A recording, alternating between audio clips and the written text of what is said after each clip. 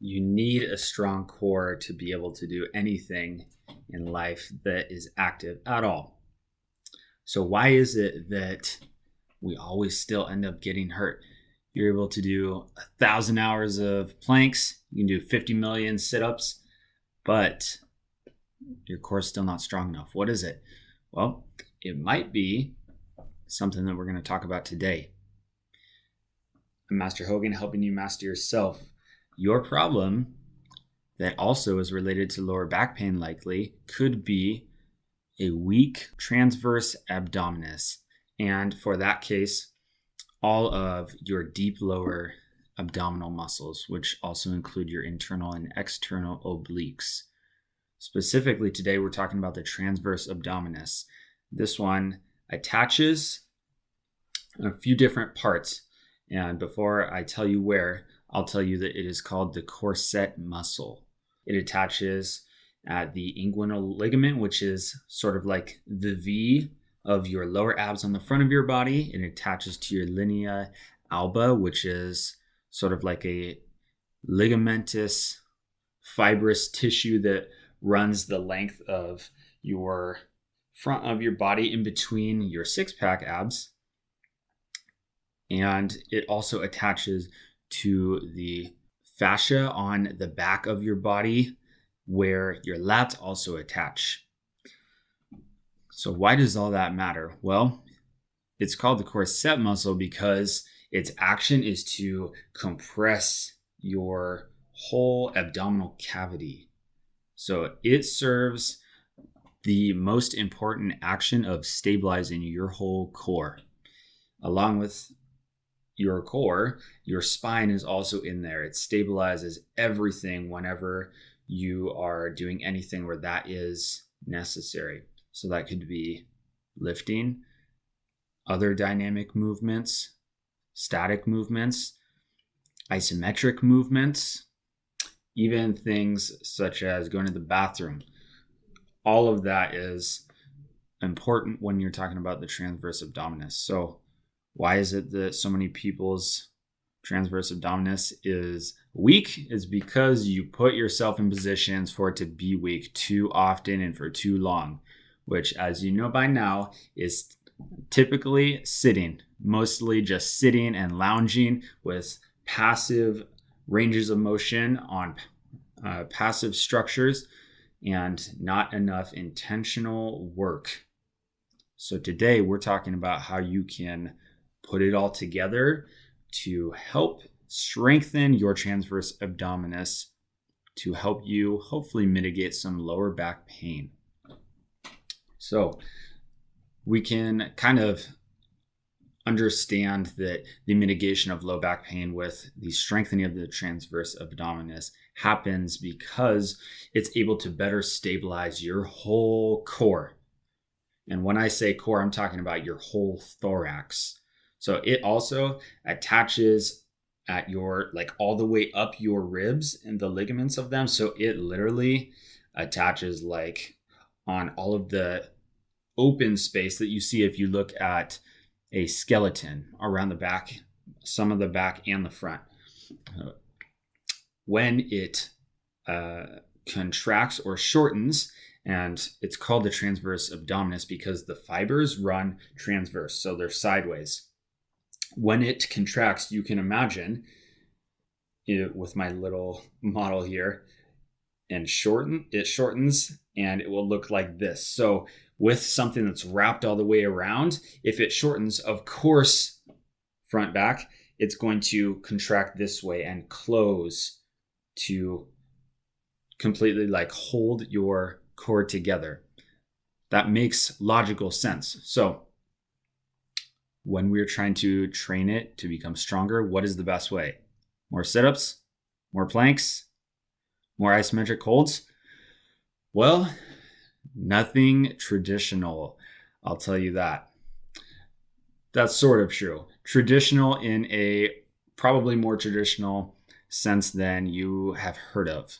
Traditional bodybuilders used to use this movement in their training because they would use it in poses, and it's incredibly easy to hold isometrically once you're good at it.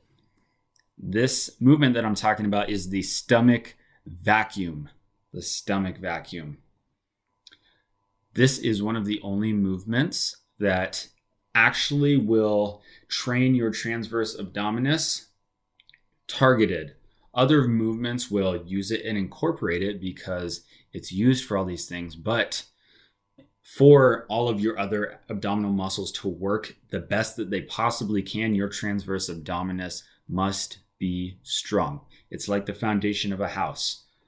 If it's not built well, then the rest of the house cannot stand up by itself.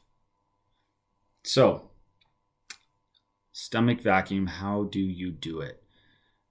Well, it's a lot of practice for one thing, but generally, in my opinion, it's easiest if you start laying down on the ground, because then you can more easily focus on the actual movement. And what you're going to want to do for that is bring your belly button toward your spine and even the ground behind you if you're laying on the ground. That is the best way. So when you do that, it's sort of like a sucking in motion, but you're going to want to exhale all of your air. Firstly, exhale as much as you possibly can. And then it's sort of like the motion if you're ticklish, where somebody pokes you in the belly and you react by sucking in that sort of way. That is how it should feel. Or if you have a sudden something poke you, or like super cold water, or a cold shower where it touches you and you kind of suck away, that is the motion that you should feel when you're pulling your abdominal muscles down, initiated by the thought of pulling your navel toward your spine or the ground behind you.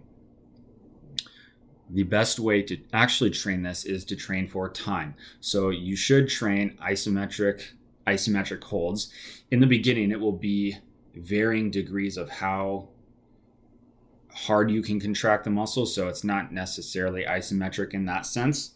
You're not necessarily holding, because you'll be moving in and out of how hard you can contract the muscles, but you should work up to time of just being able to contract it. If you've never practiced, sometimes it's really hard to transition into doing it. So start with where you're at. It can honestly be a few seconds at a time. Do that 4 sets. Work up to, say, like 20 as an ideal. 20 seconds long hold, and then you can start building on that. Treat that as a set. Do like at least 3 sets in one workout, and then start just incorporating it into any days where you're working on abdominal muscles at all. I would say if you can work up to like 4 to 6 sets of 20 seconds at a time, that's wonderful. That's incredibly great. And then if you find that that is becoming incredibly easy, I would recommend you do this standing for one thing. If you can do that on the ground, then you should start standing up as well. Try it standing up because it's a little bit harder. It's easier when you're laying down or if you're leaning over. I don't know why that is, but it just is. So another option that you have is kind of putting your hands on your knees like you're leaning over to catch your breath, and then doing it that way. But you can also do it standing. So once you're good enough at one of the other two, do it standing.